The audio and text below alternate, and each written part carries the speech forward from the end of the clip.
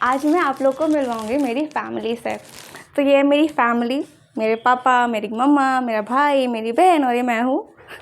तो हम लोग सब मिलके कहाँ रहते हैं? इस कमरे में रहते हैं, मतलब इस घर पे रहते हैं।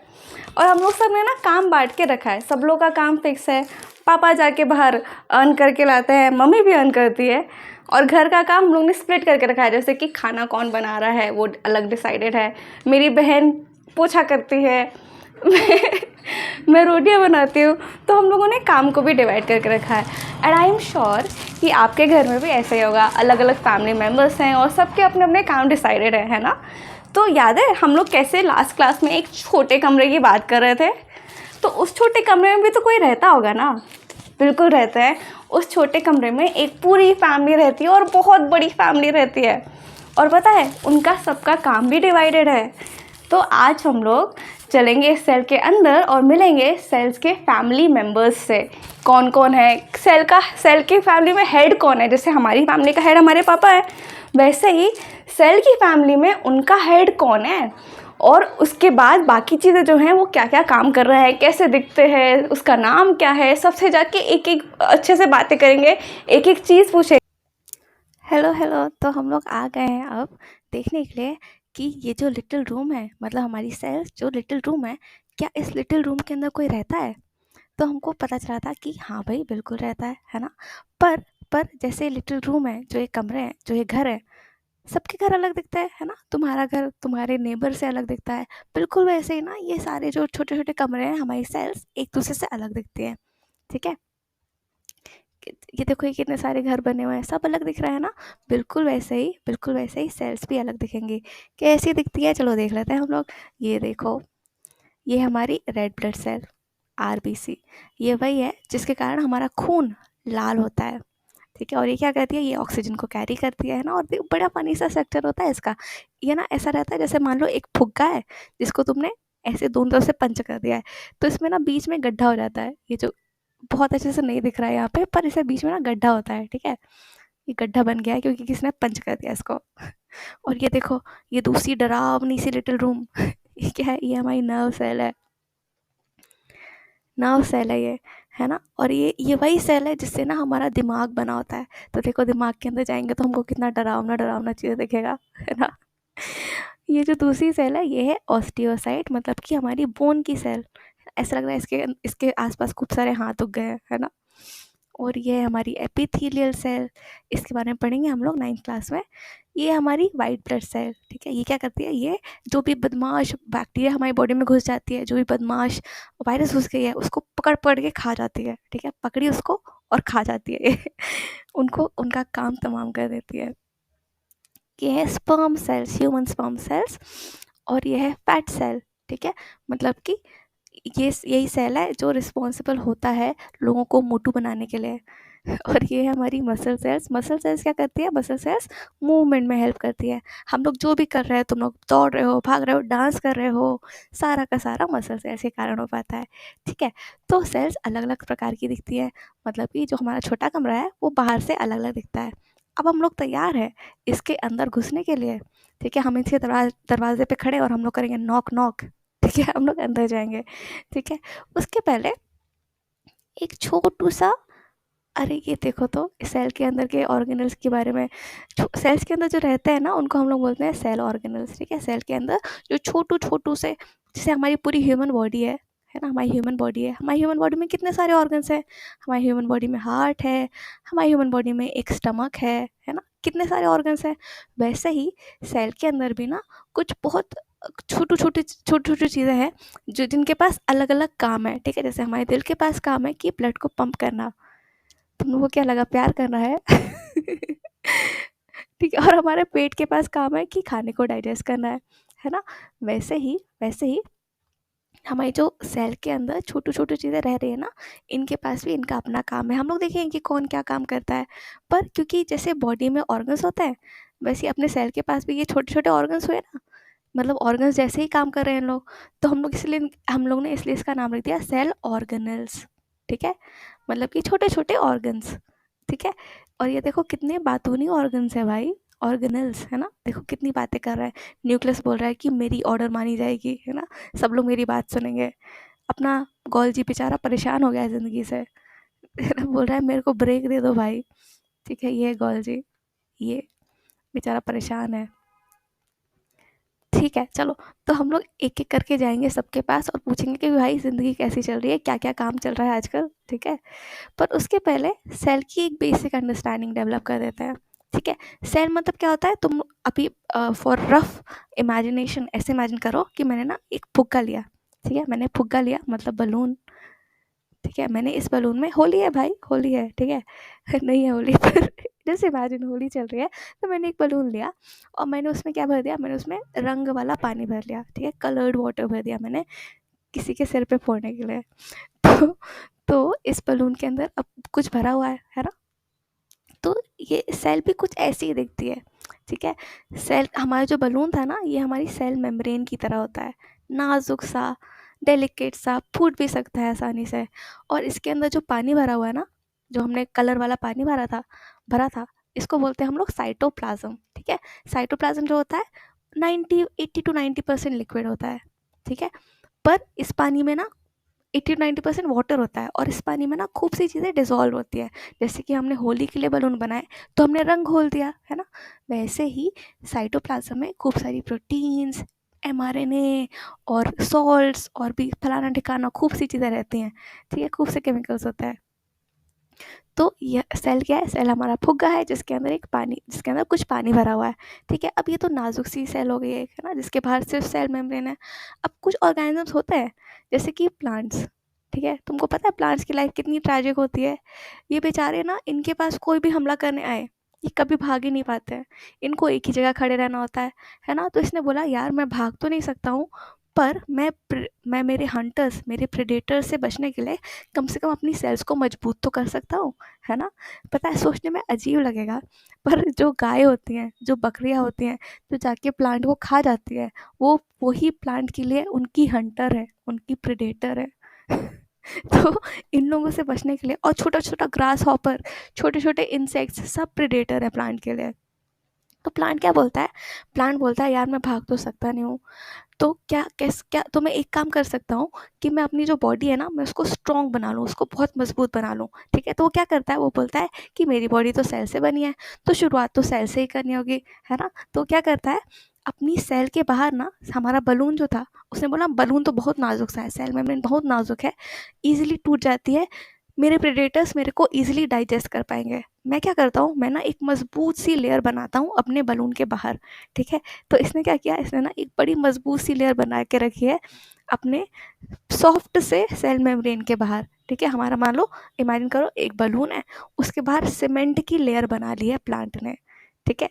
और यही जो सीमेंट की लेयर है, जो बहुत स्ट्रांग होती है, रिजिड होती है ना? इसको हम लोग क्या बोलते हैं? इसको हम लोग बोलते हैं सेल वॉल। ठीक है? ये ऑरेंज कलर से बनाया हुआ है मैंने, सेल वॉल। ठीक है? के अंदर हमारा फुग्गा बना हुआ है, मतलब कि ये सेल मेम्ब्रेन है।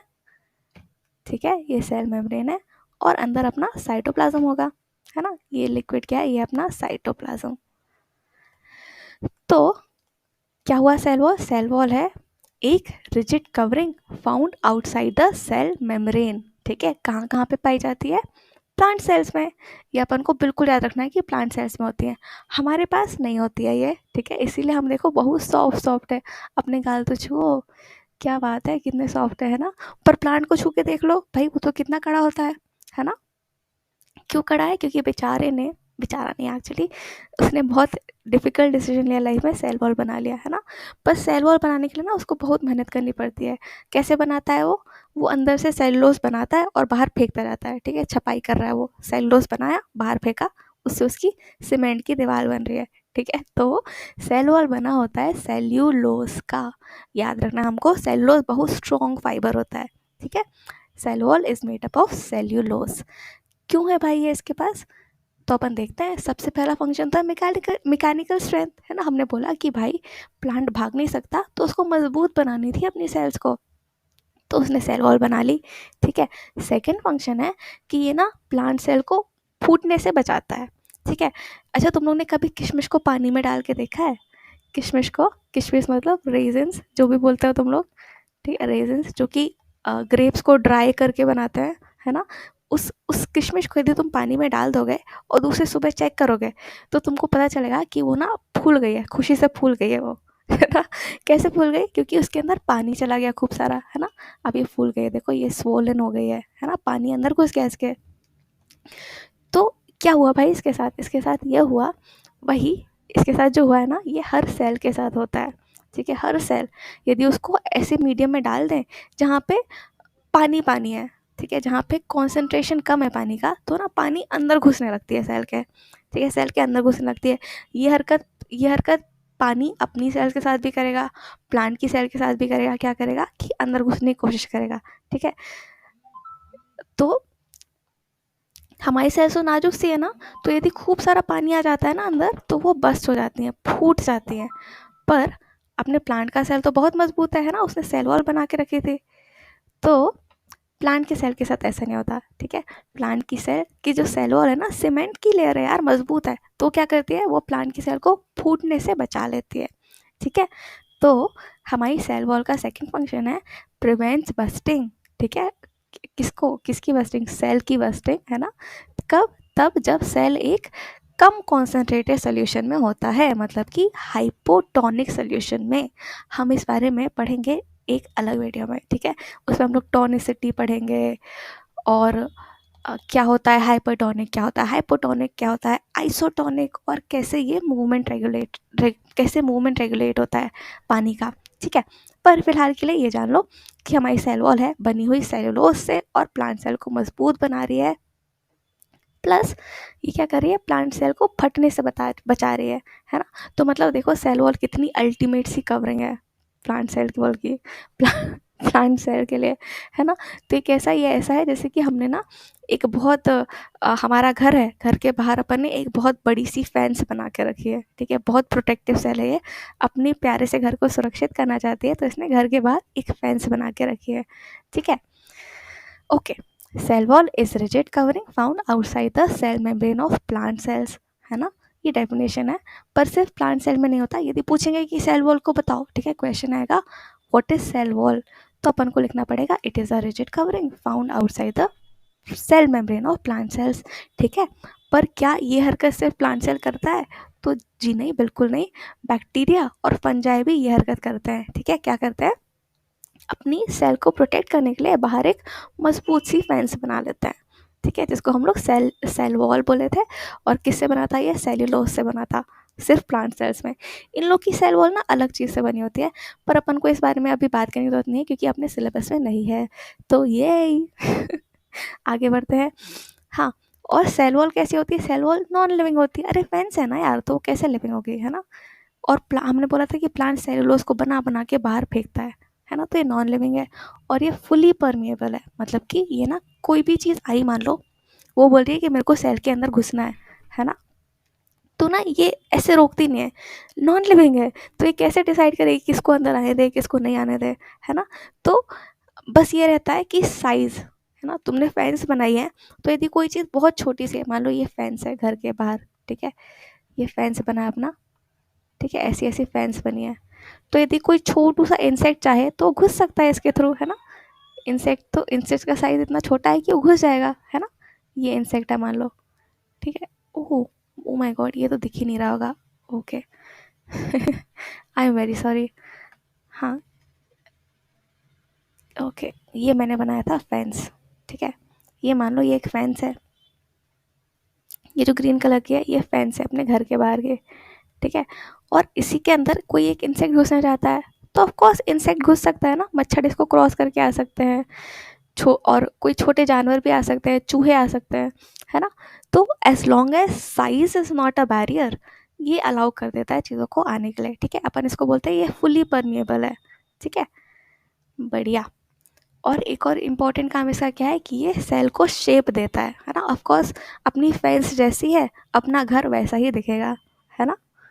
चलो, तो ये बात हो गई सेल वॉल की। सेल वॉल क्या है? अपने घर के बाहर की फेंस है।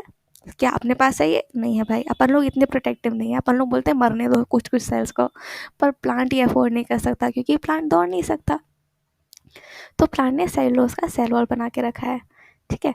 नेक्स्ट अपन आ जाते हैं साइटोप्लाज्म में। साइटोप्लाज्म क्या, अपन ने जो फुग्गा फुलाया था उसके अंदर जो पानी था, है ना, वो कलर वाला पानी, है ना, तो हम लोग बोलते हैं कि ये जेली लाइक सब्सटेंस, या फिर हम लोग फ्लूइड भी लिख सकते हैं, ठीक है, फ्लूइड, फ्लूइड, ठीक है। अपन लोग क्या बोलते हैं, अपने घर में तो हवा भरी होती है ना, पर जो सेल है, सेल जो लिटिल रूम है, इसके अंदर ना खूब सारा पानी भरा होता है, ठीक है, और अपने जो सेल ऑर्गेनल्स हैं वो उसी पानी में एम्बेडेड रहता है, ठीक है, उसी पानी में तैर रहे होते हैं। ओके, पूरे में भरा है पानी और उसमें अपना न्यूक्लियस तैर रहा है, उसमें माइटोकॉन्ड्रिया तैर रहा है, ऐसा होता है सेल के अंदर, ठीक है। तो साइटोप्लाज्म को डिफाइन करना होगा तो हम लोग बोल देंगे jelly like substance found inside the cell membrane, ठीक है, ओके। और सारे के सारे सेल ऑर्गेनेल्स इसमें ही एम्बेडेड रहते हैं। साइटोप्लाज्म के बारे में बस इतना ही जानना है हमको, ठीक है। ये जेली टाइप का होता है, मतलब तुम लोग इसको छुओगे तो ऐसे पुच्च पुच्च होता रहेगा ये, ठीक है, डांस करेगा जेली जैसा करती है, ओके। नेक्स्ट हम लोग आ जाते हैं सेल मेम्ब्रेन में। सेल मेम्ब्रेन क्या होता है, सेल मेम्ब्रेन अपना सेल्स का सिक्योरिटी गार्ड है, ठीक है, ये अपना मुस्टंडा सा गार्ड बैठा रहता है सारे सेल्स के बाहर। अब सेल लिटिल रूम है, माना लिटिल रूम है, पर बहुत इंपॉर्टेंट है ना, हमने पिछली क्लास में डिस्कस कर लिया था कि कितना ज़रूरी होता है ये, है ना। तो इस लिटिल रूम की सिक्योरिटी भी अपन को करनी पड़ेगी, तो कैसे करते हैं अपन एक गार्ड को बैठा देते हैं, ठीक है, जैसे कॉलोनी के बाहर, सॉरी, कुछ इंपॉर्टेंट ऑफिस रहते हैं उसके बाहर गार्ड रहता है ना, तो वैसे ही हमारा गार्ड बैठा हुआ है यहाँ पे सेल के बाहर, ठीक है। और ये गार्ड जो रहता है इसकी बॉडी बनी होती है लिपिड और प्रोटीन से, ठीक है। सेल मेम्ब्रेन क्या है, सेल मेम्ब्रेन हमारी सेल का सिक्योरिटी गार्ड है, मतलब सबसे बाहर की लेयर, ठीक है। ये क्या करता है, ये बना होता है लिपिड से और प्रोटीन से, ठीक है। इसको मैंने सिक्योरिटी गार्ड क्यों बोला, मैंने ना इसलिए बोला क्योंकि यही है, जैसे सिक्योरिटी गार्ड बैठे रहता है ना और बोलता है कि अच्छा तुमको सेल के अंदर जाना है, क्या तुम्हारी अथॉरिटी है इसके अंदर जाने की, वो अंदर पूछेगा कॉल करके, साहब साहब ये आया है कोई बैक्टीरिया करके, क्या इसको अंदर आने दूँ मैं, तो साहब बोलेंगे बिल्कुल नहीं, किसी हालत पे इसको अंदर नहीं आने देना, है ना। तो वैसे ही अपना सेल मेम्ब्रेन रहता है, ठीक है, वो क्या करेगा, वो देखेगा कि कौन सी चीज़ है जो सेल के अंदर जा सकती है और कौन सी सेल है जो सेल के अंदर बिल्कुल नहीं जा सकती, ठीक है।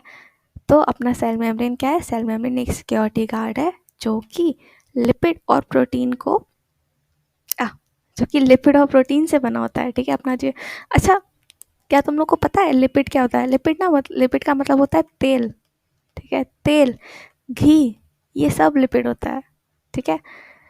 और प्रोटीन प्रोटीन एक पता है सेल मेम्ब्रेन में क्या होता है, ऐसा होता है, मान लो तेल की एक लेयर है या घी की एक लेयर है और उसके ऊपर प्रोटीन्स तैर रहे होते हैं, ठीक है, प्रोटीन्स ऐसे पड़ गए, अरे वाह कितना मज़ा आ रहा है लाइफ में, ऐसे तैर रहे होते हैं, ठीक है। सेल मेम्ब्रेन ऐसी ही बनती है, ठीक है, हमने बोला था ना बहुत नाजुक है, सच में बहुत नाजुक है ये, है कि नहीं। तो मतलब हमारा मुस्टंडा गार्ड नाम के लिए बस मुस्टंडा है, पर ये असल में बड़ा नाजुक सा है, क्यों है, क्योंकि इसकी बॉडी बहुत नाजुक सी चीज़ों से बनी है ना, लिपिड से और प्रोटीन से, है कि नहीं, ठीक है। तो ये मुस्टंडा गार्ड क्या कर रहा है अपना, अपन देख लेते हैं। सबसे पहली बात कि ये जो अपना मुस्टंडा गार्ड है ये है सेमी परमिएबल, या फिर कहीं कहीं सिलेक्टिवली परमिएबल मिल जाएगा लिखा हुआ, ठीक है। परमिएबल का मतलब होता है कि प्रवेश के योग्य, ठीक है, कोई भी चीज़ जिसके थ्रू ना तुम आसानी से आ जा सकते हो उसको अपन बोलते हैं परमिएबल, ठीक है। सेमी परमिएबल मतलब कि आधी परमिएबल, सिर्फ आधे लोग या सिर्फ कुछ ही लोग अंदर आ सकते हैं और कुछ ही लोग बाहर जा सकते हैं, सब लोग नहीं, ठीक है। तो इसीलिए हम लोग तो सेल मेम्ब्रेन का बहुत इंपॉर्टेंट काम है ना, क्या कर रहा है, वो देख रहा है कि सेल के अंदर कौन जा रहा है, मतलब कि कोई गुंडे उंडे को नहीं जाने देगा वो, है ना, किसी कुत्ते को नहीं घुसने देगा वो, है ना। तुम लोग भी अपने घर पे किसी को नहीं जाने दोगे, है ना, तुम लोग सिर्फ रिश्तेदार आ सकते हैं, फैमिली मेम्बर्स आ सकते हैं, है ना, बिल्कुल वैसे ही ये भी सिर्फ कुछ लोगों को आने देगा, बाकियों को भगा देगा, बोलेगा निकलो यहाँ से, ठीक है। तो ये मैंने डेफिनेशन लिखी हुई है कि सेल मेम्ब्रेन क्या है, सेल मेम्ब्रेन एक बायोलॉजिकल मेम्ब्रेन है जो कि सेल को अपने सराउंडिंग से सेपरेट करती है, ठीक है। जैसे कि हमारी स्किन है ना, हमारी स्किन के अंदर खूब सारे ऑर्गन्स रखे हैं, है ना, और स्किन क्या है, स्किन सेपरेट कर रही है हमारी बॉडी को बाहर की हवा से, बिल्कुल वैसे ही सेल मेम्ब्रेन क्या करती है, सेल मेम्ब्रेन सेल को बाहर के इन्वायरमेंट से सेपरेट करती है, ठीक है। अब हम लोग आ गए हैं एक बहुत ही इम्पॉर्टेंट ऑर्गेनल के पास जिसका नाम है न्यूक्लियस, नाम तो सुना ही होगा, है ना? न्यूक्लियस सबसे इम्पोर्टेंट सेल ऑर्गेनेल होता है, ठीक है? हम लोग इसको बोलते हैं कि ये सेल का ब्रेन है। जैसे कि परिवार का मुखिया होता है ना, तुम लोग के परिवार का मुखिया कौन है? तुम लोग के परिवार का हेड कौन है? Head of the family. हमारे घर पे हमारे पापा हैं, ठीक है? पापा के पहले दादी थी, तो दादी हमारी फैमिली का हेड थी। तो तुम लोग प्लीज़ कमेंट पे लिख के बताओ कि तुम लोग की फैमिली का हेड कौन है? तो हमारी जो सेल है ना, जो लिटिल रूम है, इसका हेड तो बहुत क्लियरली न्यूक्लियस है, ठीक है? न्यूक्लियस ने बोल दिया कि सब लोग मेरी बात मानेंगे। न्यूक्लियस ही डिसाइड करेगा कि सेल, ठीक है, वो क्या करता है, वो सुबह हो गई, ठीक है, तो वो बोलता है सेल को कि आज का काम है कि अपन को ये सब हरकतें करनी है, अपन को ये वाली प्रोटीन बनानी है, और अपन इस प्रोटीन को बना के बाहर फेंक देंगे फिर, ठीक है? जो भी करना होता है ना, न्यूक्लियस ही डिसाइड करता है, ठीक है? तो अपन बोलते हैं न्यूक्लियस परिवार का मुखिया है ना? सबसे बड़ा और सबसे डिस्टिंक्ट सेल ऑर्गेनेल है। अच्छा बताओ तो, न्यूक्लियस को डिस्कवर किसने किया था? सबसे पहले किसने देखा था? बताओ, किसने किया था सबसे पहले? ठीक है, बिल्कुल लिखना कमेंट सेक्शन में, तुम लोग के लिए क्वेश्चन है ये। लास्ट लास्ट लेक्चर में हमने डिस्कस किया था ये अच्छे से। ऑलराइट, तो हम लोग आ जाते हैं, सबसे बड़ा सबसे डिस्टिंक्ट सेल ऑर्गेनेल है। इसका स्ट्रक्चर कैसा होता है? तो इसका स्ट्रक्चर ऐसा होता है भाई, न्यूक्लियस बहुत इंपॉर्टेंट है ना? तो सेल ने बोला कि मेरे को ना इसको बहुत अच्छी प्रोटेक्शन देनी पड़ेगी, है ना? कोई बहुत इंपॉर्टेंट आदमी है, वीआईपी आदमी है ना? तो उसने बोला मेरे को इसको बहुत अच्छे से प्रोटेक्ट करना होगा। तो क्या करता है वो ना, उसके ऊपर दो दो लेयर चढ़ा देता है, ठीक है? मेम्ब्रेन मतलब क्या? मेम्ब्रेन ऐसा होता है जैसे कि अपन कपड़े पहनते हैं ना, वैसे ही ये होता है सेल के ऑर्गेनल्स के लिए, ठीक है? मेम्ब्रेन अपने लिए जो कपड़े होते हैं, बिल्कुल वही होता है सेल मेम्ब्रेन, सेल ऑर्गेनल्स के लिए, ठीक है? तो उसने क्या बोला, न्यूक्लियस तो बहुत इंपॉर्टेंट है यार, तो मैं ना इसको दो दो कपड़े पहनाऊंगी, ठीक है? वो क्या करता है, दो दो लेयर के कपड़े पहना देता है ऐसे, ठीक है? देखो हम लोग यहाँ पे देख रहे हैं, यहाँ पे बना हुआ है न्यूक्लियस, ये देखो, ये है हमारा न्यूक्लियस, ठीक है? ये पूरा न्यूक्लियस है, और ये देखो, ये है न्यूक्लियस की मेम्ब्रेन, दो लेयर की बनी हुई है ना? एक लेयर ऐसी इनर मेम्ब्रेन, है ना? और उसके ऊपर एक आउटर मेम्ब्रेन ऐसी रहती है, ठीक है? और ये जो बीच में दिख रहे हैं गड्ढे, ये है न्यूक्लियर पोर, ठीक है? न्यूक्लियर पोर, ये क्यों है यहाँ पे? ये इसीलिए है ताकि किसी चीज़ को यदि न्यूक्लियस से बाहर आना है, ठीक है? न्यूक्लियस ने कोई चीज़ बनाई, उसको बाहर भेजेगा वो, ठीक है? आरएनए बनाता है न्यूक्लियस, उसको बाहर भेज देता है, ठीक है? और भी चीज़ें बनाता है, ठीक है? यदि कोई चीज़ यहाँ पे है, न्यूक्लियस को ज़रूरत है उसकी, तो वो न्यूक्लियर पोर के थ्रू जाएगी, ठीक है? न्यूक्लियर पोर ऐसा है जैसे कि दरवाज़ा, ठीक है? न्यूक्लियस में बहुत सारे दरवाजे लगे हुए हैं, ठीक है? जिसके कारण चीज़ें अंदर से बाहर जा सकती हैं और बाहर से अंदर आ सकती हैं। ओके, तो न्यूक्लियस अपना डबल मेम्ब्रेनस स्ट्रक्चर है, और उसमें पोर्स होते हैं, न्यूक्लियर पोर होते हैं, ठीक है? और इसके अंदर ना एक बहुत इंपॉर्टेंट चीज़ होती है, बहुत बहुत बहुत इंपॉर्टेंट, हमारा डीएनए, ठीक है?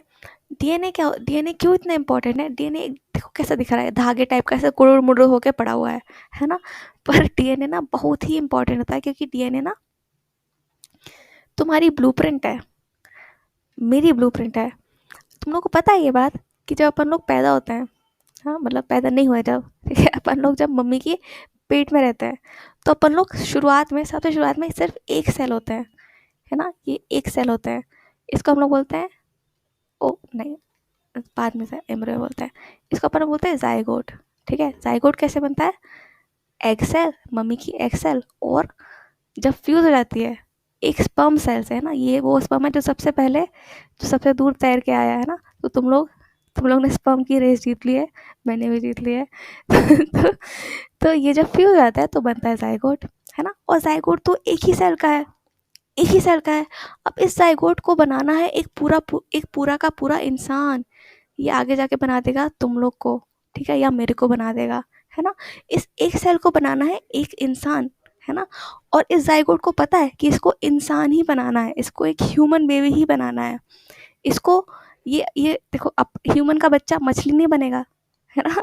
ये मछली नहीं बनेगा बड़े होके, ये ना ही कुत्ता बनेगा, क्या बना दिया मैंने, चलो जाने दो, ठीक है? ना तो ये कुत्ता बनेगा, ना ये बिल्ली बनेगा। ऐसे कैसे हो गया? ये एक सेल जो कि ज़ायगोट था, इसको कैसे पता कि मेरे को ह्यूमन ही बनना है, मेरे को मछली नहीं बनना, है ना? कैसे पता है इसको? कौन बताया इसको? पता है कौन बताया? इसका डीएनए ने बताया ये, ठीक है? डीएनए ने बताया कि भाई रुक जा, मैं बता रहा हूँ तेरे को कि तेरे को क्या बनाना है, ठीक है। अपना जो डीएनए होता है ना, वो अपना ब्लूप्रिंट होता है, ठीक है, ब्लूप्रिंट होता है। डीएनए ही डिसाइड करता है कि तुम कैसे दिखोगे, ठीक है। मतलब कि जैसे कि मेरी आई का कलर डार्क ब्राउन है ना, मेरे बाल का कलर ब्लैक है, मेरी स्किन का कलर जो तुमको दिख रहा है वही है। तो ये सारी चीज़ें कि इस सेल से एक इंसान बनाना है, तो इसकी आंखें कैसे होंगी, इसके बाल कैसे होंगे, इसकी स्किन का कलर कैसा होगा, इसकी हाइट कितनी होगी, यहाँ तक कि ना इवन मूड, कि कौन कितना खुश रहता है ज़िंदगी में, कौन कितना दुखी रहता है, ये भी एक बहुत बड़े एक्सटेंट तक डीएनए डिसाइड करता है, ठीक है। एक आदमी का डीएनए डिसाइड करता है, जेनेटिकली डिटरमाइंड होता है ये सब चीज़ें, ठीक है। तो भाई साहब आप समझ रहे हो कितना इम्पोर्टेंट चीज़ है डीएनए। दिखने में तो ऐसा धागा है, पर बहुत इम्पोर्टेंट होता है ये, ठीक है। अपना पूरा वजूद इस डीएनए पे ही डिपेंडेंट होता है कि नहीं। तो अब तो तुम समझ गए होगे डीएनए कितना कितना ज़्यादा इम्पोर्टेंट है। आ जाओ भाई, नीचे आ जाओ। हाँ, तो ये अपन वापस आ गए हैं स्ट्रक्चर, न्यूक्लियस के स्ट्रक्चर में, है ना। न्यूक्लियस बहुत इंपॉर्टेंट है क्योंकि न्यूक्लियस डीएनए को रखता है अपने पास, है ना। अच्छा, और जो न्यूक्लियस है ना, जैसे साइटोप्लाज्म में कुछ कुछ पानी भरा था, उसको हमने साइटोप्लाज्म बोल दिया था, साइटोप्लाज्म, है ना। बिल्कुल वैसे ही ना न्यूक्लियस के पास भी कुछ कुछ पानी रहता है, ठीक है, जिसमें कुछ कुछ चीज़ें डिजॉल्व है, और इसको अपन बोलते हैं न्यूक्लियोप्लाज्म, ठीक है। न्यूक्लियस को ना साइटोप्लाज्म में इंक्लूड नहीं किया जाता है क्योंकि न्यूक्लियस अपन ने देखा कितना इंपॉर्टेंट है भाई, है ना। तो न्यूक्लियस को साइटोप्लाज्म में हम लोग इंक्लूड नहीं करेंगे, उसको अलग से पढ़ते हैं, ठीक है। और न्यूक्लियस के अंदर जो पानी है उसको भी हम लोग बोलते हैं न्यूक्लियोप्लाज्म, ठीक है। अब देखो न्यूक्लियस के अंदर ये गोला गोला सा पड़ा हुआ है ना। न्यूक्लियस जो खुद एक गोला है, सेल के अंदर का गोला, उसके अंदर एक और गोला होता है, ठीक है। इस गोले को हम लोग बोलते हैं न्यूक्लियोलस, न्यूक्लियोलस, ठीक है। न्यूक्लियोलस क्या है, न्यूक्लियोलस बनाता है एक चीज़ को जिसको अपन बोलते हैं राइबोसोम, ठीक है। न्यूक्लियोलस होता है राइबोसोम फैक्ट्री, ठीक है। न्यूक्लियोलस क्या है, न्यूक्लियोलस है राइबोसोम फैक्ट्री। राइबोसोम क्या है अब, अपन लोग पढ़ेंगे आगे जाके, ठीक है। राइबोसोम भी एक सेल ऑर्गेनल है। राइबोसोम ना लड्डू होता है, छोटे छोटे लड्डू, सेल के अंदर ऐसे ऐसे लड्डू होते हैं, ठीक है। इनको हम लोग नाम देते हैं राइबोसोम्स, ठीक है। बहुत छोटे होते हैं, यहाँ पे देखो पड़ा है ऐसा राइबोसोम, ठीक है। ये कहाँ से बनता है, इसको ये बनाता है अपना न्यूक्लियोलस, ठीक है। ये देखो राइबोसोम लड्डू बन के आ रहे हैं सेल के बाहर, ठीक है। क्या है ये लड्डू है राइबोसोम। कौन बनाया इसको, लड्डू बनाया है न्यूक्लियोलस ने, ठीक है। हम लोग याद रखेंगे राइबोसोम क्या होता है, छोटू छोटू लड्डू होते हैं, है ना। लड्डू कौन बनाया, न्यूक्लियोलस बनाया, ठीक है। क्या काम करता है हम लोग देखेंगे अभी, ठीक है। न्यूक्लियोलस को बोला जाता है राइबोसोम फैक्ट्री क्योंकि ये बनाता है राइबोसोम को, ठीक है। बढ़िया, आई थिंक इतना ही देखना था हमको न्यूक्लियस के बारे में, कि इसकी डबल मेम्ब्रेन होती है जिसको हम लोग बोलते हैं न्यूक्लियर मेम्ब्रेन। इसके अंदर होता है फ्लूइड जिसका नाम है न्यूक्लियोप्लाज्म, और इस गोले के अंदर एक और गोला होता है जिसको हम लोग बोलते हैं न्यूक्लियोलस, ठीक है। और ये गोला क्या करता है, ये राइबोसोम बनाता है, नाम भी लिख दें इसका राइबोसोम, है ना। राइबोसोम बनाता है। इसके अलावा न्यूक्लियस के अंदर एक बहुत इंपॉर्टेंट थ्रेड लाइक स्ट्रक्चर होता है जिसको हम लोग बोलते हैं डीएनए। डीएनए क्या होता है, इसका फुल फॉर्म बहुत से बच्चे पूछते रहते हैं मेरे को, जैसे कि याद हो जाएगा किसी को। लिख देते हैं चलो, पर फिर भी हम लोग, डीएनए का फुल फॉर्म होता है, क्या होता है, ओके वेट ये दिख नहीं रहा होगा, हाँ डीएनए का फुल फॉर्म होता है डीऑक्सी राइबो, छोटा ही लिखना चाहिए, डीऑक्सी राइबो न्यूक्लिक एसिड, ठीक है। ये होता है डीएनए का फुल फॉर्म, याद हो जाए तो बहुत अच्छी बात है, ठीक है। अब पर नहीं पो ना तो कोई फिक्र नहीं करना, आगे जाके हम लोग यदि हायर क्लासेस में पढ़ेंगे ना, तो मैं बड़ा आसानी से बता दूँगी कैसे याद करना है ये लॉजिक के थ्रू, ठीक है। तो ये हो गई अपनी न्यूक्लियस की बात, जो कि अपनी फैमिली का हेड है। जो कि अपनी सेल का हेड है, ठीक है, परिवार का मुखिया है। और हमने देख भी लिया कि क्यों परिवार का मुखिया है ना, बहुत इंपॉर्टेंट फंक्शंस करता है, ठीक है। सबसे पहले क्या करता है, जेनेटिक इन्फॉर्मेशन को स्टोर करता है डीएनए के फॉर्म में, है ना। तो तुम लोगों ने देखा है मम्मी पापा के जैसे ही दिखते हैं बच्चे, है ना। क्यों दिखते हैं, क्योंकि उनका ही डीएनए तो आया था हमारे पास, है ना। वैसे ही तुम लोग के जो बच्चे होंगे वो भी तुमसे तुम्हारे जैसे दिखेंगे, है ना। ऐसा नहीं होगा कि वो एकदम अमेरिकन दिखने लगा, ब्लॉन्ड बाल आ गए, येलो येलो बाल आ गए, और एकदम मिल्की वाइट स्किन आ गई, वैसा नहीं होगा ना, है ना। क्यों नहीं होगा, क्योंकि अपना ही डीएनए गया है भाई, है ना। तो तो डीएनए क्या कहता है, डीएनए ये सारी जानकारी कि भाई इसके बच्चे को कैसा बनाना है, इसको कैसे हेयर देने हैं, इसकी हाइट कैसी हो गई, ये सारा डीएनए रखता है अपने पास, ठीक है। और जब हम लोग रिप्रोड्यूस करते हैं तो डीएनए के थ्रू ही ये जानकारी पास ऑन होती है अपने बच्चों के पास, ठीक है, जनरेशंस, आगे के जनरेशंस में, ठीक है। दूसरा फंक्शन क्या है, अब पूरे टाइम तो रिप्रोडक्शन नहीं चल रहा है, तो तब सेल्स कुछ कुछ नॉर्मल काम करती है ना। तो जो नॉर्मल फंक्शन होता है वो डीएनए ही कंट्रोल करता है, ठीक है। डीएनए हमारी सेल्स के नॉर्मल फंक्शन कंट्रोल करता है, ठीक है। मान लो सेल उठी आज, ठीक है, तो बोल रही क्या करूँ मैं आज, तो न्यूक्लियस बोलेगा रुको मैं बताता हूँ, ठीक है। आज का हमारा काम है कि हम फलाना फलाना प्रोटीन बनाएंगे, ठीक है। आज का हमारा काम है कि हम जो पहले से बनी हुई प्रोटीन रखी है ना उसको आज सेल के बाहर फेंक देंगे, ठीक है। आज का हमारा काम है कि हम ये एंजाइम बनाएंगे जो खाने को डाइजेस्ट कर रहा है, ठीक है। तो ये सारा काम न्यूक्लियस बताता है कि क्या करना है सेल को, ठीक है। तो हम लोग लिख रहे हैं सेल के फंक्शन को कंट्रोल करता है, ठीक है। और इसका बहुत इंपॉर्टेंट रोल होता है जब भी कोई सेल डिवाइड करता है, ठीक है। सेल डिवाइड जब भी होता है ना तो मतलब क्या क्या होता है, इसका मतलब एक सेल से दो सेल्स बन जाते हैं, है ना। इसको हम लोग बोलते हैं सेल डिवीजन। तो भाई साहब अपन ने देख लिया कि न्यूक्लियस के अंदर जो डीएनए है वही तो डिसाइड कर रहा है कि आगे वाला जो भी है वो कैसे बन रहा है ना। तो जब ये दोनों सेल्स हैं ये इसकी एग्जैक्ट कॉपी है ना। तो इसमें हमको डीएनए तो भेजना पड़ेगा, है ना, डीएनए तो भेजना पड़ेगा तभी तो इसकी कॉपी कहलाएंगे वो। इसीलिए डीएनए बहुत इंपॉर्टेंट होता है जब भी सेल डिवाइड करती है ना। क्यों, क्योंकि वही एग्जैक्ट बनाता है इन सेल्स को, ठीक है। ओके, अब हम लोग ने जब न्यूक्लियस के बारे में जान लिया है, हमें जान लिया डीएनए क्या है, डीएनए एक धागा है ना, जो कि न्यूक्लियस के अंदर रहता है। तो अब हम लोग प्रिपेयर्ड हैं ये जानने के लिए कि क्रोमैटिन क्या होता है और क्रोमोसोम क्या होता है। देखो भाई बहुत सिंपल है, हमारा जो डीएनए के अंदर जो धागा है डीएनए, न्यूक्लियस के अंदर जो धागा है डीएनए वो नॉर्मली ऐसे ऐसा कुरुड़ मुरुड़ करके पड़ा रहता है, ठीक है। मतलब मान लो तुम ना छत पे पतंग उड़ा रहे हो, ठीक है, तो तुम ऐसे पतंग उड़ाने में बड़े लीन हो, ठीक है, तो धागा ना पूरे छत पे पड़ा हुआ है, ठीक है। तो जैसे धागा पड़ा हुआ है ना छत पे, वो वही धागे का वो वाला फॉर्म बोलते हैं अपन क्रोमैटिन, ठीक है। क्रोमैटिन क्या है, रिलैक्स्ड डीएनए, ठीक है, रिलैक्स्ड डीएनए। ये देखो ये डीएनए बना, ये ऐसे रिलैक्स होके पड़ा हुआ है, ठीक है। तो मतलब कहीं भी फैला है, फर्क नहीं पड़ रहा है इसको, ठीक है। पर जब सेल डिवाइड होती है ना, जब सेल डिवाइड होती है तब तो इस डीएनए का बहुत इंपॉर्टेंट काम आ जाता है ना।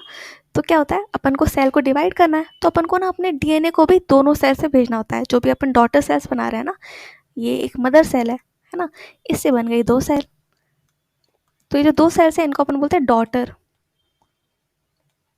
ठीक है। तो ये जो मॉमी है, मॉमी को क्या करना पड़ेगा, अपने डीएनए को दो हिस्से में डिवाइड करना होता है ना। तो ये ऐसा कुरुड़ पुरुड़ कर ऐसे पड़ा हुआ है धागा, तो वो कैसे डिवाइड कर पाएगी यार। वो बोलेगी मैं ना एक काम करती हूँ, ऐसे तो बहुत मुश्किल है, मैं ना एक काम करती हूँ, मेरा जो धागा छत पे पड़ा हुआ है उसको ना मैं बांध लेती हूँ, ठीक है। उसने क्या किया, उसने एक लकड़ी पकड़ी, उसमें धागा बांधने लगा, ठीक है। और ये जो धागा था ना वहाँ जो ऐसे पड़ा था, ये बंध जाता है तो ऐसे ऐसे कॉइल फॉर्म में आ जाता है, ठीक है। ये ऐसा कॉइल फॉर्म में आ गया, ठीक, बंधा हुआ धागा, तो ये सुंदर सा बटरफ्लाई बन गया, है ना। ये जो हमारा धागा ऐसे ऐसे पड़ा हुआ था ना, पड़ा हुआ था छत पे, इसको हमने बांध लिया तो ये सुंदर सा बटरफ्लाई बन गया।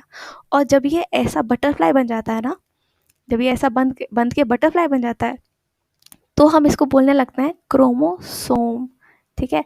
ये क्या है, ये बटरफ्लाई, इस बटरफ्लाई का नाम है क्रोमोसोम, ठीक है। क्रोमोसोम कहाँ से बना, क्रोमैटिन से। क्रोमैटिन क्या है, रिलैक्स्ड डीएनए। क्रोमोसोम क्या है, कंडेंस्ड डीएनए, ठीक है, बंधा हुआ अच्छे से। Okay, I oh my God, ये मुझे नहीं बना अच्छा दिख रहा है ना, इसको रहने देते हैं ऐसे, है ना। ओके, तो हम लोग क्या बोलते हैं, हम लोग बोलते हैं कि क्रोमोसोम डीएनए ही है पर वो बंध गया है यार। देखो ये हमारा डीएनए नॉर्मली रिलैक्स कर रहा होता है, अब उसके पास बहुत इंपॉर्टेंट काम आ गया है, उसको सेल डिवीजन करना है, तो देखो ऐसे ड्यूटी पे आ गया कि यस सर, ऐसे अटेंशन में खड़ा हो गया है ना। तो ये हमारा कंडेंस डीएनए हो गया ऐसे चिपक के एकदम ठीक है। तो जो कंडेंस डीएनए उसको बोलते हैं हम लोग क्रोमोसोम, ठीक है। तो यही बात लिखी हुई है कि नॉर्मल सेल साइकिल में सेल डीएनए रिलैक्स होता है और वो क्रोमैटिन कहलाता है। जब सेल को डिवाइड करना होता है तो डीएनए एकदम कंडेंस हो जाता है अटेंशन पोजीशन पे, और हम उसको बोलते हैं क्रोमोसोम, ठीक है। आपको पता है हमारी सेल में 46 क्रोमोसोम्स होते हैं। मतलब जब हमारी सेल्स डिवाइड करती है ना, तो हमारी सेल्स के न्यूक्लियस के अंदर ऐसी 46 बटरफ्लाइज बन जाती हैं, ठीक है। 46 बटरफ्लाई बन जाती हैं, तो उसको ही हम लोग बोलते हैं 46 क्रोमोसोम्स। सारे सारे स्पीशीज़ का ना फिक्स्ड नंबर होता है, ठीक है। मतलब ह्यूमन की तुम कोई भी सेल उठा लो, उसके पास 46 क्रोमोसोम्स ही होंगे, एक्सेप्ट फॉर जर्म सेल्स। उनके बारे में हम लोग बाद में पढ़ेंगे, अभी तो चलता है ना। जो स्पर्म और एग सेल्स होते हैं ना, उनके पास 46 नहीं होते, पर कोई ना, अभी अपन को उसके बारे में फिक्र करने की ज़रूरत नहीं है। ओके, तो हमने खूब सारा जान लिया है न्यूक्लियस के बारे में, है ना, और डीएनए के बारे में, और हमको ये भी पता चल गया है कि डीएनए बहुत इम्पॉर्टेंट होता है ना। और न्यूक्लियस इतने बहुत इम्पॉर्टेंट सी चीज़ को रखता है, इसीलिए हम लोग न्यूक्लियस को हेड बना देते हैं फैमिली का, है ना। तो फैमिली का हेड है न्यूक्लियस। बढ़िया। तो जब हम न्यूक्लियस को जान गए हैं, पहचान गए हैं अच्छे से, हम लोग देख लिया कि जान परख कर लिया है कि कैसा आदमी है, तो अब बात आ गई है, अब अपन लोग ना रेडी हैं प्रोकैरियोट क्या होता है और यूकैरियोट क्या होता है इसको समझने में, ठीक है। प्रोकैरियोटिक सेल और यूकैरियोटिक सेल असल में सेल के प्रकार हैं, ठीक है। ये दोनों सेल के प्रकार हैं। मतलब कि कोई भी सेल, हम लोग सब बने सेल से, तुम बने हो सेल से, मैं बनी हूँ सेल से, बैक्टीरिया भी सेल से बना है, मच्छर भी सेल से बना है। पर पता है जो बैक्टीरिया होती है ना, बैक्टीरिया तुमको पता है सबसे पुराना लिविंग ऑर्गेनिज्म है। जब से अर्थ पे लाइफ आई है, बैक्टीरिया रहा है। कितने सारे स्पीशीज वाइप आउट हो गए, बड़े बड़े डायनासोर्स थे वो चले गए, है ना, और भी खूब सारे स्पीशीज है जो चले गए, पर बैक्टीरिया हमेशा से था, है और रहेगा। बैक्टीरिया बहुत ही रेजिलियंट होता है, ठीक है, सबसे पुरानी सेल है।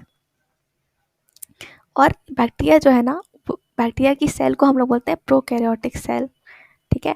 क्या होता है भाई प्रोकैरियोटिक सेल, इसको जानने के लिए हम पहले इसके नाम का मतलब देखेंगे, ठीक है। प्रोकैरियोटिक का मतलब होता है, ये दो शब्द से बनता है, प्रोकैरियोटिक जो शब्द है ना, या प्रोकैरियोट, ये दो शब्द से बनता है, ठीक है। नंबर 1 क्या है, प्रो। प्रो का मतलब वो नहीं कि भाई तो बड़ा प्रो है, और वो वाला प्रो नहीं। प्रो का मतलब है प्रिमिटिव, ठीक है, मतलब कि क्या, पुराना, प्राचीन, पुराना, ठीक है। दूसरा शब्द है कैरियो, जो क्या है, कैरियन से, कैरियन मतलब न्यूक्लियस, ठीक है। तो न्यूक्लियस जो है अपन ने देखा कितना औसम होता है ना, पर ये ना सबसे पुराना वाला न्यूक्लियस है, सबसे पुराना वाला, ठीक है। और तुम लोग को याद है, मतलब याद नहीं, कभी तो पढ़ा होगा, कभी फोटोज देखी होंगी हिस्ट्री में, कि जो पुराने आदि मानव थे, जो कि पत्थरों में गुफाएं बना के रहते थे, उन लोग कोई कपड़े नहीं पहनते थे, है ना, कुछ कपड़े नहीं पहनते थे। वो तो अपन बुक्स में अच्छा दिखाने के लिए एनिमल स्किन में रैप दिखा देते हैं, है ना, पर वो एनिमल स्किन में भी उन लोग ना तभी पहनते थे जब बड़ी ठंड है आसपास। नॉर्मली उन लोग ऐसे बिना कपड़े के घूमते रहते थे, ठीक है। कौन, पुराने पुराने ह्यूमंस, ठीक है, आदि मानव। तो पुराने ह्यूमंस ने तो कोई कपड़े नहीं पहने थे, बिल्कुल वैसे ही ना जो प्रोकैरियोटिक सेल का न्यूक्लियस होता है ना, वो भी कोई कपड़े नहीं पहनता, ठीक है। मतलब कि क्या, प्रोकैरियोटिक के पास डीएनए तो है ही भाई, डीएनए तो लाइफ का बेसिस है, डीएनए होगा इसके पास, है ना, डीएनए है इसके पास, पर इसके डीएनए ने कोई कपड़े नहीं पहने होते हैं, ठीक है। DNA is not enclosed with in a nuclear membrane, ठीक है। डीएनए के पास कपड़े नहीं है, डीएनए के पास कोई भी मेम्ब्रेन नहीं है, ठीक है। ऐसी सेल जिसके डीएनए के पास कोई मेम्ब्रेन नहीं होती, उसका डीएनए क्या होता है, साइटोप्लाज्म में पड़ा होता है, ठीक है। और इसी सेल का हम लोग नाम रख देते हैं प्रोकैरियोटिक सेल, ठीक है। और भाई ये अपने न्यूक्लियस को मेम्ब्रेन नहीं पहना पाया, न्यूक्लियस को कपड़े नहीं पहन पाया, तो इसके पास ना बाकी ऑर्गेनल्स भी नहीं रहते जो कि कपड़े पहनते हैं, ठीक है। ना तो इसके न्यूक्लियस ने कपड़े पहना है, ना ही इसके पास कोई भी ऐसा ऑर्गेनल है जिसके पास कपड़े होते हैं, ठीक है। तो बड़ी सिंपल सी दिखती है सेल हमारी, देखो ऐसी दिखती है।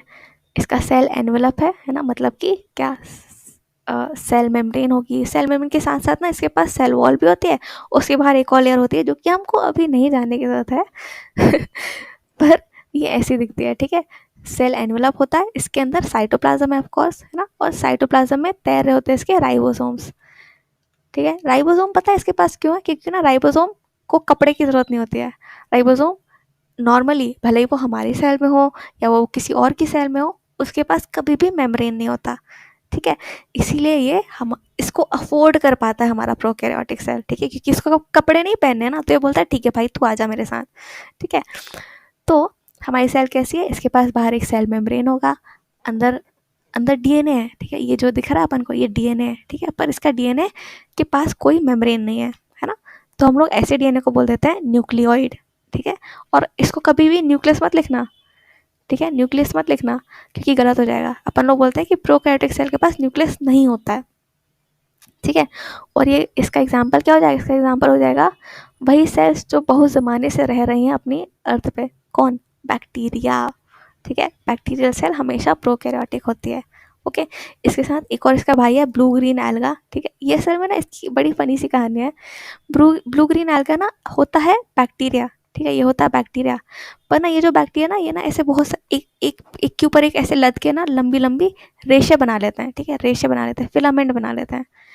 तो जब साइंटिस्ट ने ना पहले इसको देखा था तो उसको लगा यार ये तो हरा हरा है ना, और ये पता है ये फिलामेंट ना फोटोसिंथेसिस भी कर पाता है। तो उनको लगा यार ये तो प्लांट होगा ना, दिखने में तो प्लांट जैसा दिख रहा है, ग्रीन ग्रीन, है ना। तो उनने इसको ना एल्गा बोल दिया था, उन्हें बोला ये ब्लू ग्रीन एल्गा है। फिर बाद में ना जब इसको इसको उठा के लेके गया माइक्रोस्कोप के अंदर, तब उनको पता चला भाई ये तो बड़ी गरीब सेल है, ये तो बड़ी पुरानी सेल है, इसने किसी को कपड़े पहनाए ही नहीं है, यहाँ तक कि इसका डीएनए के पास तक कपड़े नहीं है ना। तो उन्हें बोला यार ये तो प्रोकैरियोटिक सेल है ना, गलती हो गई मेरे से, गलती से मिस्टेक हो गई इससे। तो इनने क्या किया, इनने फिर इसका नया नाम दिया, इनने बोला साइनोबैक्टीरिया, ठीक है। तो इसके नाम पे भले अब लग गया है बैक्टीरिया, पर इसको अभी भी इसका पुराना नाम भी चलता है, ठीक है। ब्लू ग्रीन एल्गा भी चलता है और साइनोबैक्टीरिया दोनों चलते हैं। तो ये हो गई अपनी इसको रहने देते हैं, एक्चुअली अच्छा डायग्राम है ना। इसको यूकैरियोटिक सेल पे घुसाते नहीं है, पर साइड में रख देते हैं, यहाँ पे रख देते हैं, चलो ओके। तो ये अपनी ब्लू ग्रीन एल्गा के बारे में बात हो गई। अब हम लोग आते हैं दूसरी सेल के पास जिसको हम लोग बोलते हैं यूकैरियोटिक सेल, ठीक है। यूकैरियोटिक किससे आया, यूकैरियोटिक आया यू का मतलब होता है ट्रू, सच्चा। और ये तो अपना न्यूक्लियस ये था अपन को पता है ना, इसके पास सच्चा न्यूक्लियस है, ठीक है। मतलब ये बोल रहा है कि भाई जो न्यूक्लियस है ना वो मेरे पास है। प्रोकैरियोटिक का न्यूक्लियस है ही नहीं, कपड़े ही नहीं पहने उसने, तो बोलता है कि मेरा ही न्यूक्लियस है, सच्चा न्यूक्लियस, ठीक है। और अपन लिखते हैं कि इसके पास, हम तुम लोग को जान के बड़ी खुशी होगी कि हमारी जो सेल्स होती है ना वो भी यूकैरियोटिक सेल होती हैं, अमीर सेल्स हैं अपनी, ठीक है, बहुत अमीर सेल्स हैं। उनने मेम्ब्रेन न्यूक्लियस को अच्छे से कपड़े पहना के रखे हैं, ठीक है। मतलब कि हम लोग बोलेंगे कि यूकैरियोटिक सेल के पास मेम्ब्रेन बाउंड न्यूक्लियस होता है, ठीक है। इसके अलावा सेल ऑर्गेनल्स भी होते हैं जिन्होंने कपड़े पहने होते हैं, ठीक है। तो अपनी अमीर सेल है, खूब सारे सेल ऑर्गेनल्स को रख पाती है अपने अंदर, ठीक है। जैसे कि ये देखो ये न्यूक्लियस है जिसके पास है कपड़े, है ना। इसके अलावा गोल्जी है अपने पास, गोल्जी भी कपड़े पहनी हुई है। एंडोप्लाज्मिक रेटिकुलम भी कपड़े पहना हुआ है। Mitochondria power house of the cell, उसने भी कपड़े पहने हैं। क्लोरोप्लास्ट भी, ठीक है। तो अपनी देखो कितनी सजी हुई सुंदर सी दिखती है ना। और भी ऑर्गेनल्स होते हैं, मैंने इसमें नहीं बनाए इतने सारे, ठीक है। और ये देखो प्रोकैरियोटिक देखो कितनी सिंपल सी सेल है ना, कुछ ही नहीं है ऐसा लग रहा है अंदर। पर ना यदि हम लोग पढ़ेंगे प्रोकैरियोटिक सेल को 11th क्लास में, तो हमको पता चलेगा कि ये ना भले इसके पास कुछ है नहीं, इसके पास इतनी सारी मेम्ब्रेन नहीं है, पर ये ना बहुत ही जुगाड़ू सेल होती है, ठीक है। बिना मेम्ब्रेन के भी ये खूब सारे फंक्शंस कर पाती है ना। तो वो कैसे करती है ना, बहुत जुगाड़ लगाती है ये सेल, हम लोग देखेंगे बाद में, ठीक है, 11th क्लास में, कि कैसे इसने जुगाड़ करके अपने सारे फंक्शंस कर पा रही है ये, ठीक है। तो अभी वापस यूकैरियोटिक सेल में आते हैं। यूकैरियोटिक सेल का एग्जाम्पल है प्लांट, एनिमल, मस्कीटो, मच्छर, एक ही बात है। हमारा अमीबा, ठीक है, अमीबा भी यूकैरियोटिक सेल होता है। तो बैक्टीरिया को छोड़ के जो भी जिंदा चीज़ है उसको हम लोग बोल देते हैं, क्या, उसको हम लोग बोल देते हैं यूकैरियोटिक सेल, ठीक है। सिर्फ बैक्टीरिया है जो प्रोकैरियोटिक है, भाई वही था ना पहले, है ना। तो वो है प्रोकैरियोटिक, उसके अलावा सारे लिविंग ऑर्गेनिजम्स होते हैं यूकैरियोटिक, ठीक है। आई होप यहाँ तक सब कुछ क्लियर है और कोई डाउट नहीं होगा। यदि कोई डाउट हो तो प्लीज़ लिखो कमेंट सेक्शन में, और मेरे को बताना कि न्यूक्लियस की डिस्कवरी किसने की थी, सबसे पहले इसको कौन देखा था, ठीक है। न्यूक्लियस को सबसे पहले किसने देखा था, इसका नाम लिखो भाई कमेंट सेक्शन में, ठीक है। नेक्स्ट क्लास में हम लोग क्या करेंगे, नेक्स्ट क्लास में हम लोग इससे आगे वाले सेल ऑर्गेनल्स को पढ़ेंगे, ठीक है। जैसे कि गोल्जी बॉडी ना मिडिल चाइल्ड होता है, जिसको ना सब लोग ऑर्डर देते हैं, उसको पापा भी ऑर्डर देंगे, मम्मी भी ऑर्डर देंगे, ये खूब सारा काम करता है, ठीक है, तो हम इसकी दुख भरी कहानी सुनेंगे, प्लस बाकी जो सेल ऑर्गेनल्स हैं उसके बारे में भी जानेंगे। ठीक है, तो आज के लिए इतना ही। आई होप आपको पसंद आया होगा। यदि आपको कोई भी सजेशंस हो तो प्लीज़ प्लीज़ लिखो कमेंट बॉक्स में। कोई डाउट हो तो उसको भी प्लीज़ लिखो। I will try my best कि एक एक डाउट को, एक एक कमेंट को मैं आंसर करूँ। ठीक है, तो हम लोग मिलेंगे नेक्स्ट क्लास में। Till then stay tune. Please हमारे साथ रहिए, प्लीज़ अपना कीमती समय हमको दीजिए। Thank you so much for staying, thank you so much for your time. Bye bye. Video को लाइक करो लाइक करो और सब्सक्राइब भी करो। बाय दोस्तों। बाय दोस्तों, कल मिलेंगे। कल मिलेंगे।